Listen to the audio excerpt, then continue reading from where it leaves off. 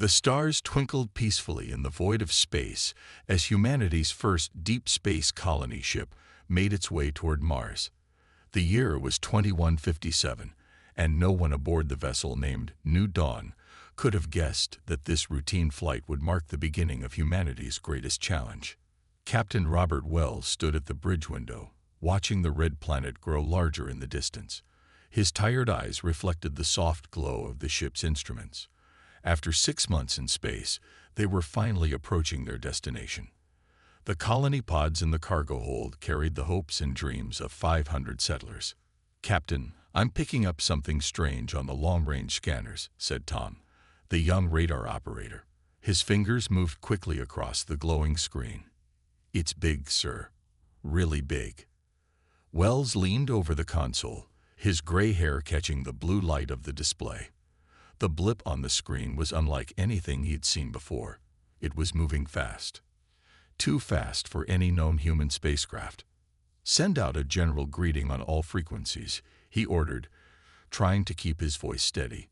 Something in his gut told him this wasn't a lost human ship. Before Tom could send the message, 3 massive vessels appeared from nowhere, their black hulls seeming to drink in the starlight. Each was larger than any ship humanity had ever built, their surfaces covered in strange, glowing patterns that pulsed with an eerie purple light. "My God," whispered Wells, as the ships moved to surround the New Dawn. In the NIGMA Empire's command vessel, High Commander Rax watched the primitive human ship with cold amusement. His scaled fingers tapped against the arm of his command chair as he studied the readings. The Empire had conquered hundreds of worlds, and this one would be no different. "Scans complete," High Commander reported his science officer. "Their vessel uses basic ion propulsion. No energy shields. Primitive nuclear power source. They haven't even mastered basic fold space technology." Rax's thin lips curved into what passed for a smile among his species. "Another primitive race for the Empire to guide," he said, his voice dripping with false benevolence. "Fire a warning shot. Let's see how they react." The NIGMA ship's weapons came to life, releasing a burst of energy that passed close to the New Dawn's hull. Captain Wells and his crew watched in horror as the purple beam of light cut through space mere meters from their ship. "All hands, battle stations," Wells shouted, knowing full well they had no weapons that could match these alien vessels. "Send an emergency message to Earth. First contact scenario. Hostile intent." But before they could act, a second shot struck the New Dawn directly. The ship's hull cracked like an egg, atmosphere venting into space. Wells watched helplessly as his crew scrambled for emergency suits. The last thing he saw before the bridge window shattered was the purple glow of the alien ships, beautiful and terrible in the darkness of space. Back on Earth, the emergency message from the New Dawn arrived at Space Command Headquarters in Geneva. General Amanda Stone stared at the brief video transmission, watching again and again as the alien vessels destroy humanity's first colony ship. "Play it again," she ordered, her knuckles white, as she gripped the edge of her desk. The room was silent except for the sound of the recording. "We've confirmed 500 civilian casualties," her aide reported quietly. "No survivors." Stone's jaw clenched.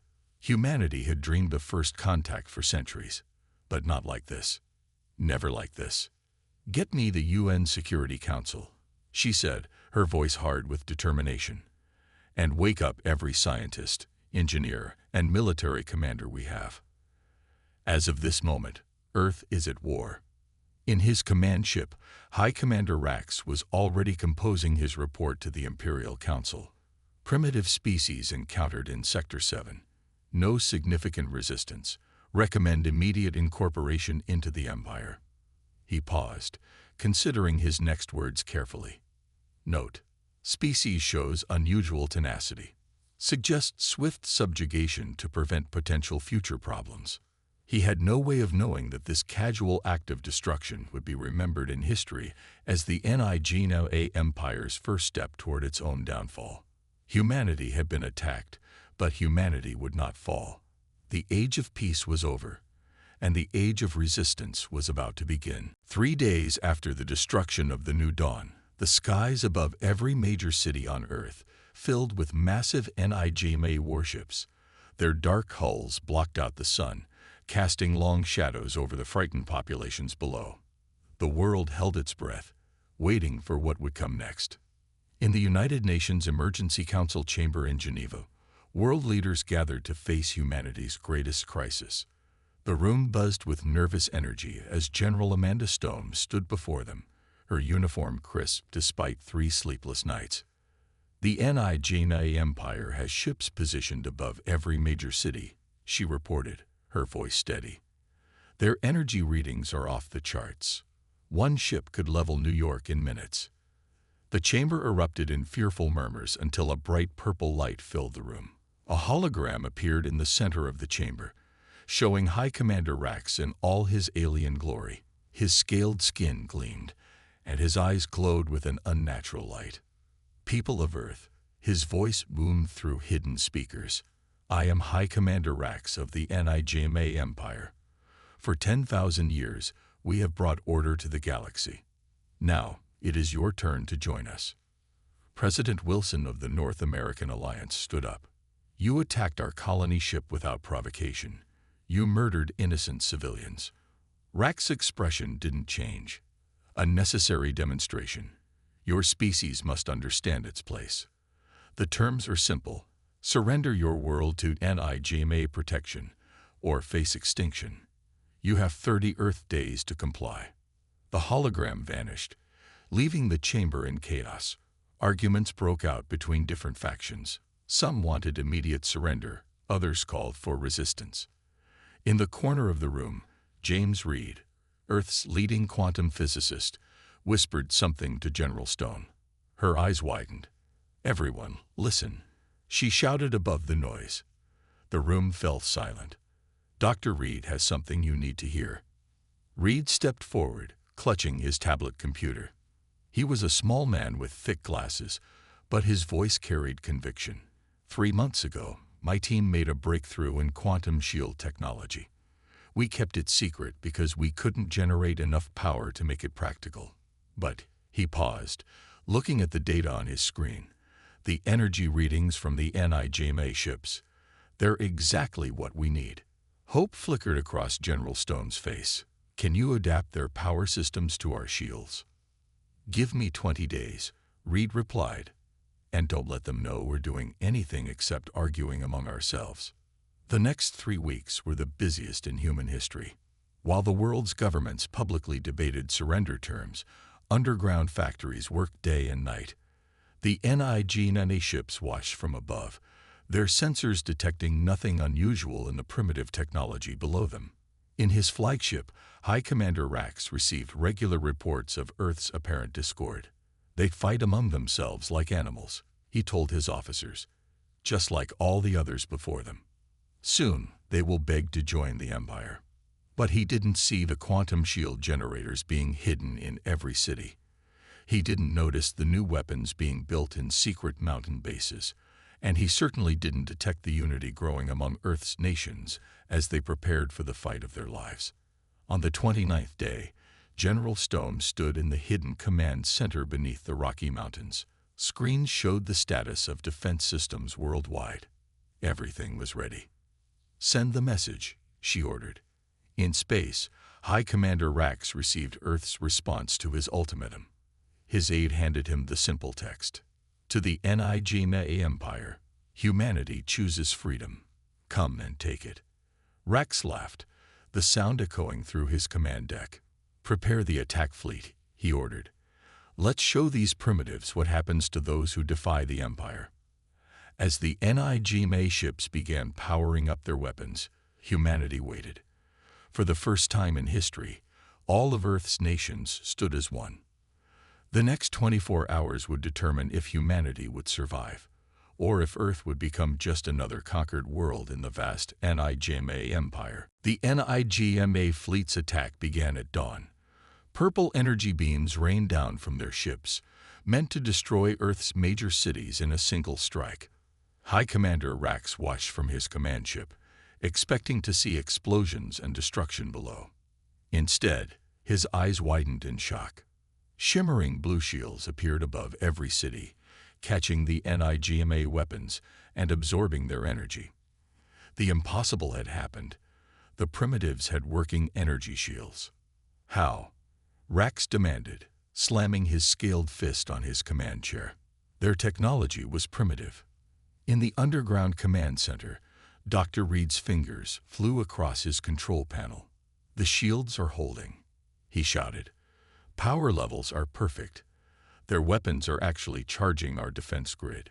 General Stone allowed herself a small smile. "Begin Phase 2, she ordered. Around the world, hidden bunkers opened in mountains and deserts. Earth's first space fighter fleet rose into the sky. The ships were smaller than NIGMA vessels, but faster and more agile. Each one carried weapons powered by the same energy the NIGMA ships had been uselessly firing at Earth's shields. "Impossible," Rax whispered as he watched hundreds of Earth ships rise to meet his fleet. "Send in the secondary attack wave. Crush them." The space battle that followed would be remembered for centuries. NIGMA ships, large and powerful but slow, found themselves swarmed by Earth fighters that darted between their energy beams. The human pilots had trained in simulators for weeks, learning to exploit every weakness in the NIGMA ship's design. Captain Bill West led the first attack run against a NIGMA cruiser. "Remember the new dawn," he called to his squadron. Their ships dove through the enemy's defensive fire, launching missiles powered by converted NIGMA energy. The cruiser's shields flickered and died. "Their shield frequency adapts too slowly," West reported back to command. "Hit them fast and hard. They can't adjust in time." The NIGMA Empire had not lost a space battle in 200 years. Their tactics were perfect, refined over centuries of conquest. But they had never faced an enemy who could turn their own energy weapons against them. They had never fought humans. In his flagship, High Commander Rax watched in horror as a third of his fleet was destroyed in the first hour. "Fall back," he ordered. "Regroup at the moon base." But Earth's commanders had planned for this too. As the NIGMA ships retreated, they found more human fighters waiting behind Earth's moon, hidden from their sensors by the lunar surface. The trap was sprung. "All units, attack." General Stone's voice rang through the comm system. "Don't let them escape." The battle raged for 6 more hours. NIGMA ships, caught between two forces, fought desperately. But their rigid battle formations, so effective against other alien races, fell apart against humanity's aggressive, adaptable tactics. Near the end, a young human pilot managed to crash his damaged fighter into the main sensor array of Rax's flagship. As the ship's systems flickered, Rax made a decision he never thought he'd make. "All remaining ships," he called, his voice shaking with rage. "Emergency fold space jump. Retreat to Sector Base 7. The surviving NIGMA ships vanished into fold space, leaving behind the wrecks of nearly half their attack fleet. Earth had won its first victory. In the command center, cheers erupted as the last NIGMA ship disappeared. But General Stone remained serious. "This was just the first battle," she reminded her staff. "They'll be back, and next time they'll be ready for our shields." Dr. Reed nodded, already working on his tablet. "Then we'll have something new waiting for them. They thought we were primitive. Now they know better." As cleanup crews began collecting NIGMA wreckage for study, humanity celebrated its victory. But everyone knew this was just the beginning. The NIGMA Empire had never failed to conquer a world they set their sights on. Earth would have to fight harder than any civilization before to maintain its freedom. In the depths of space, High Commander Rax prepared to face the Imperial Council and explain his failure. For the first time in his long life, he felt fear, not of the Council's punishment, but of the realization that the Empire had finally met an enemy they might not be able to defeat. 2 months after Earth's first victory, humanity was ready to take the fight to the NIGMA Empire. Scientists had studied the captured alien ships, learning their secrets. Now, in a hidden asteroid base near Mars, Earth's new fleet prepared for its first deep space mission. Operation Thunderstrike was about to begin. Commander John Miller stood on the bridge of Earth's first star carrier, the Revenge. The ship combined human ingenuity with reversed-engineered NIGMA technology. It was smaller than NIGMA vessels, but packed with innovations they'd never expect. "All ships report ready," his communications officer announced. "Strike teams standing by." Miller nodded, looking at the holographic display showing his fleet of 50 ships. They weren't many compared to the NIGMA Empire's thousands, but they had surprise on their side. "Begin fold space jump sequence," he ordered. The fleet vanished into fold space, reappearing near a major NIGMA supply line. 3 massive cargo ships floated nearby, guarded by a single warship.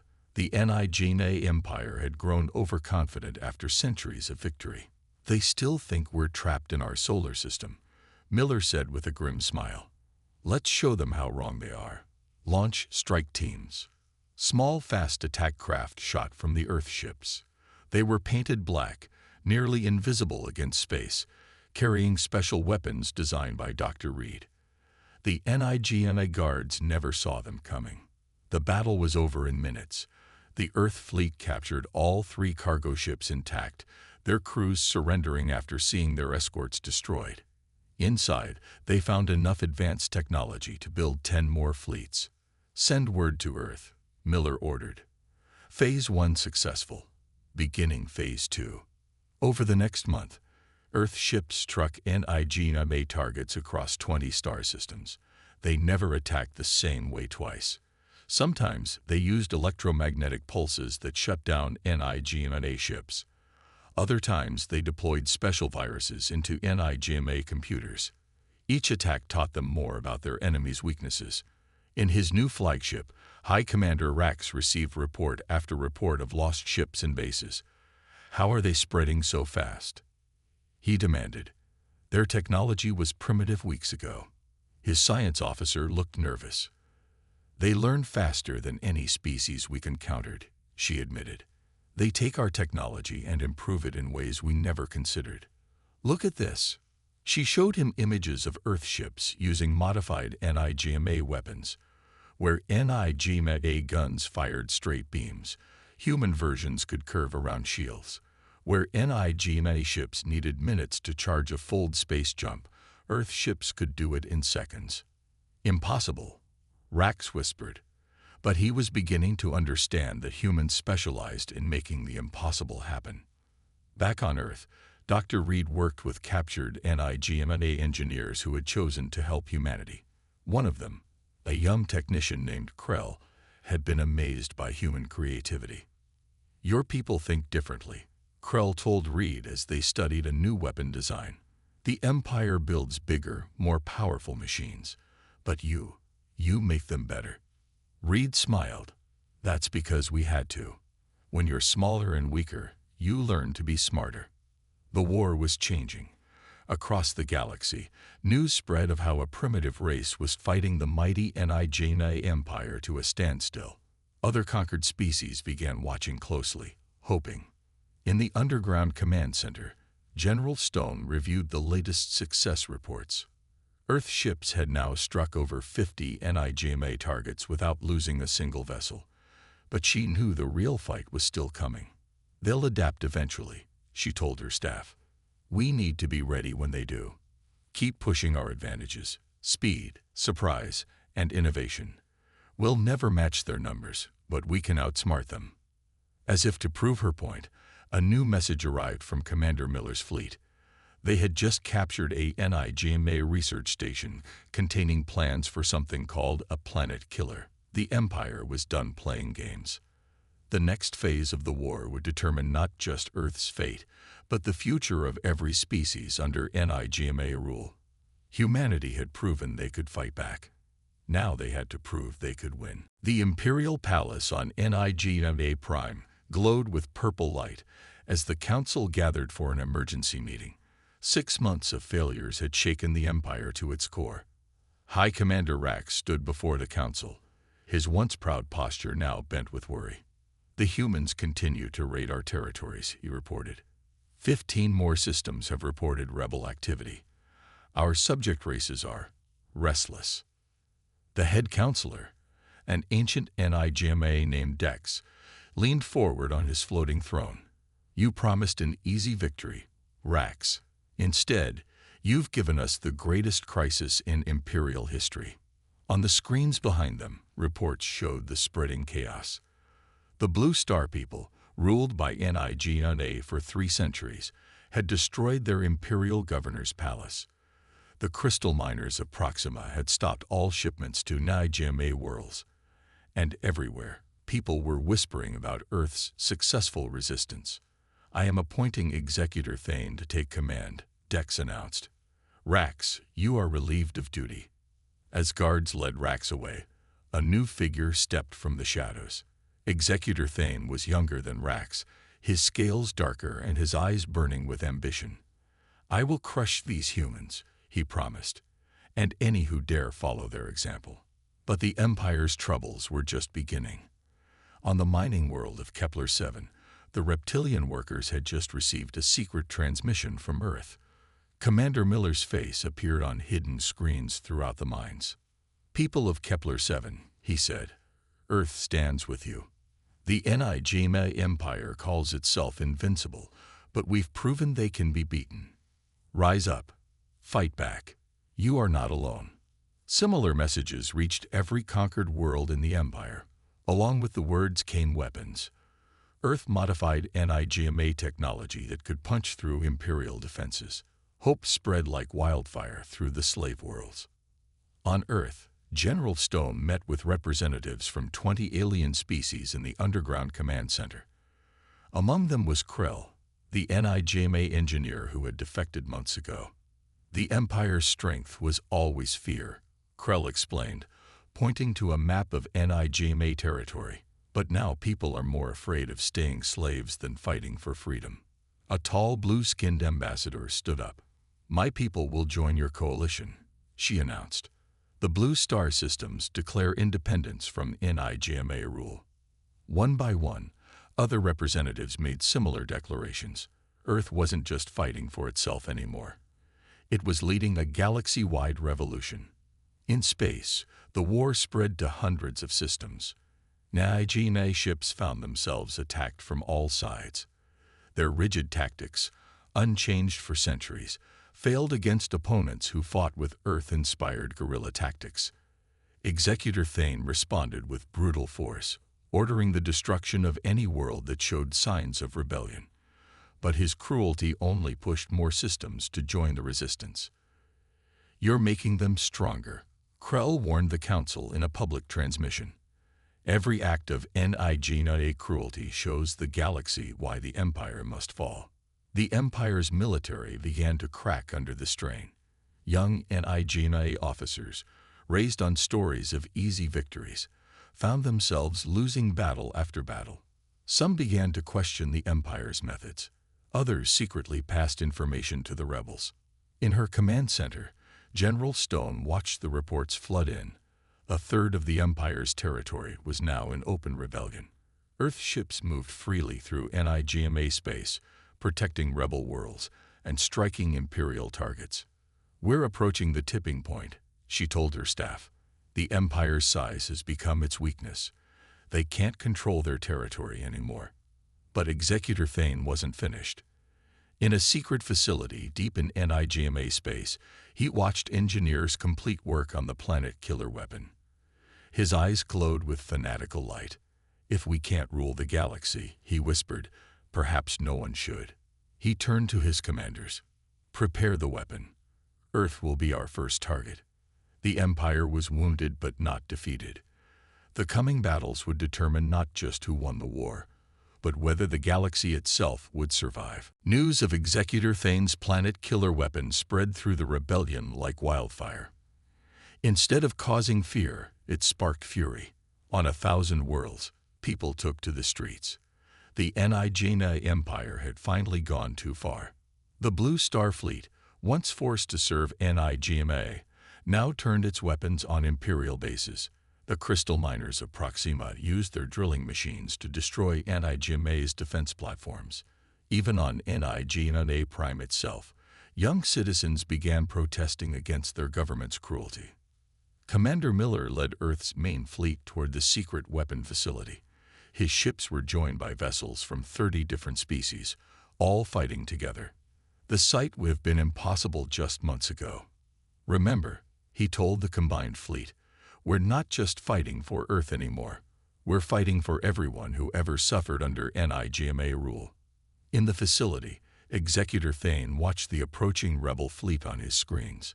His officers were nervous. They had never seen so many ships working together. Let them come, Thane snarled. The planet killer is almost ready. We'll show them all the true power of the Empire. But he had a bigger problem. In the depths of his own facility, NIGMA technicians were sabotaging the weapon. Led by Krell's example, many young NIGMA had chosen to fight against their own empire. On Earth, General Stone coordinated the galaxy-wide uprising from her command center.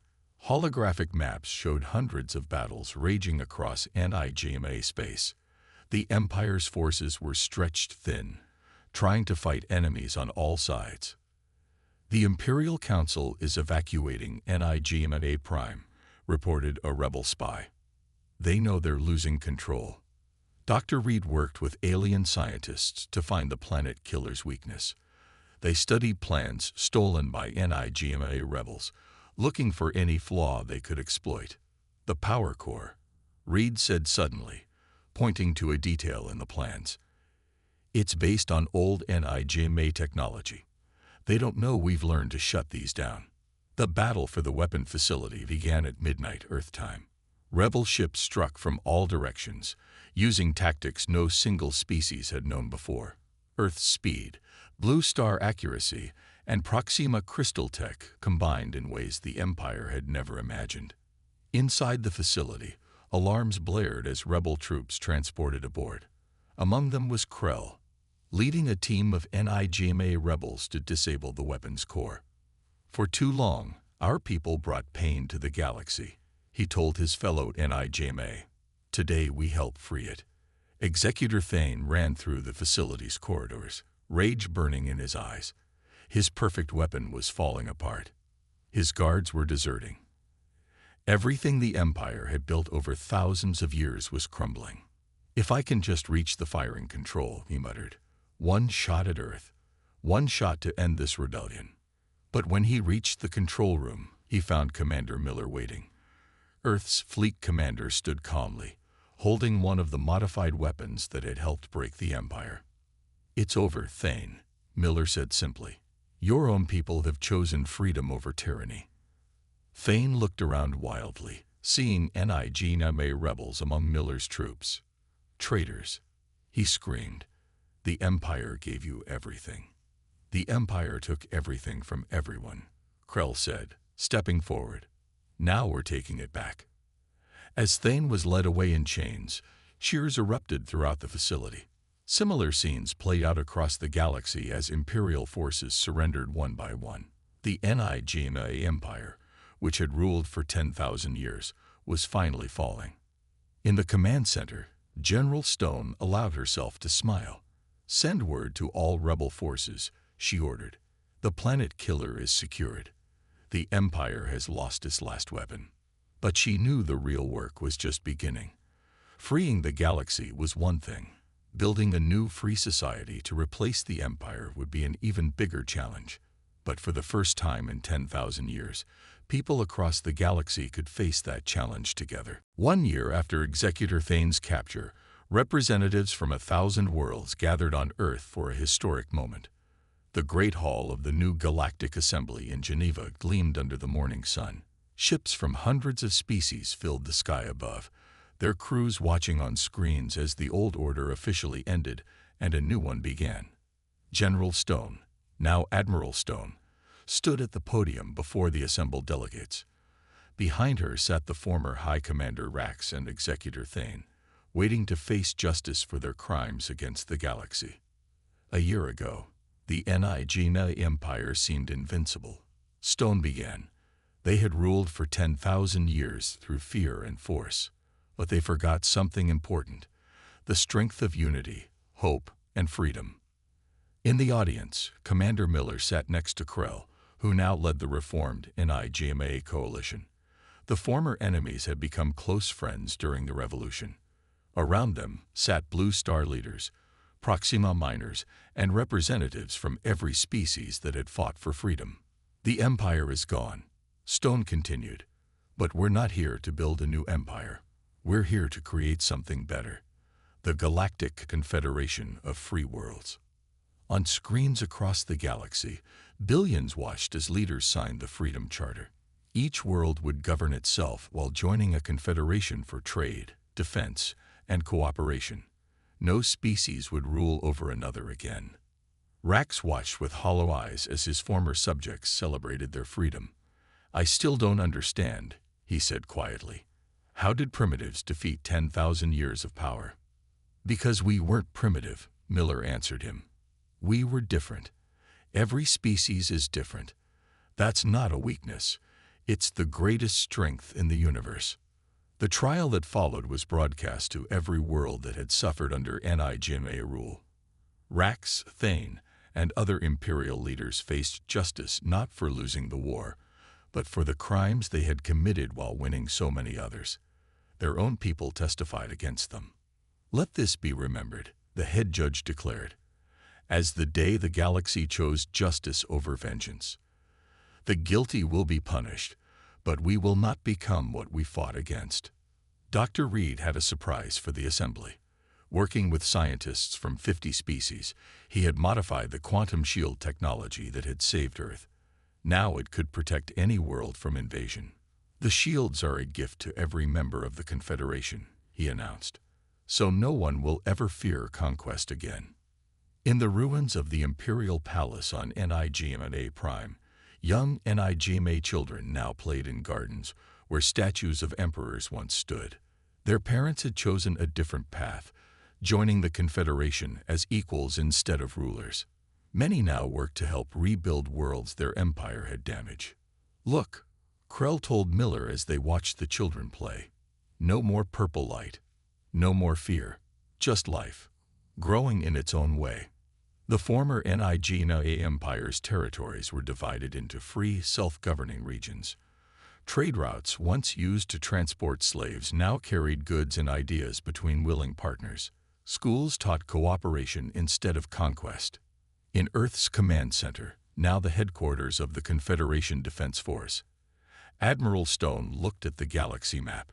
Instead of battle plans, it showed trade routes, cultural exchanges, and scientific missions. "The war showed us humanity's strength," she told her staff. "Peace is showing us humanity's wisdom. We didn't just win freedom.